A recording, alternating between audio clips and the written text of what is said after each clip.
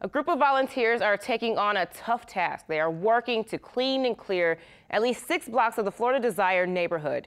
The area is riddled with all types of trash from illegal dumpers, but volunteers are hopeful the cleanup will lead to a better quality of life for neighbors. Paul Dudley has that story. Take a drive through the Florida Desire neighborhood across from George Washington Carver High School, and you will see overgrown streets and abandoned cars. But that is only the beginning of the mess. We're going to peel off the first layer of brush.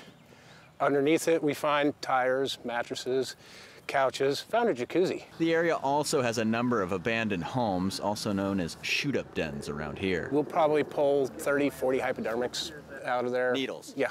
On Saturday, volunteers with the local nonprofit United Saints worked to clear the area, getting some help from the University of Southern Mississippi, both the Hattiesburg and Gulf Coast campuses. We're here to learn more about the community of New Orleans and to also put ourselves in their shoes. This was the result of a levee breach. The neighborhood was brought to the attention of United Saints Executive Director Chris Scotland by a local church. He says clearing overgrown areas and cleaning the area is the first step. I'm sure in the future there will be, long-term permanent solutions to these kinds of problems. In the meantime, we've got help and we've got tools, primitive and dull, but they work. Clearing away the mess will take time, at least 6 months or so, but volunteers like veteran Steve Jones are hungry and ready to keep at it. To be able to give everything that you have, physically and mentally, I think that is very rewarding. Paul Dudley, Eyewitness News.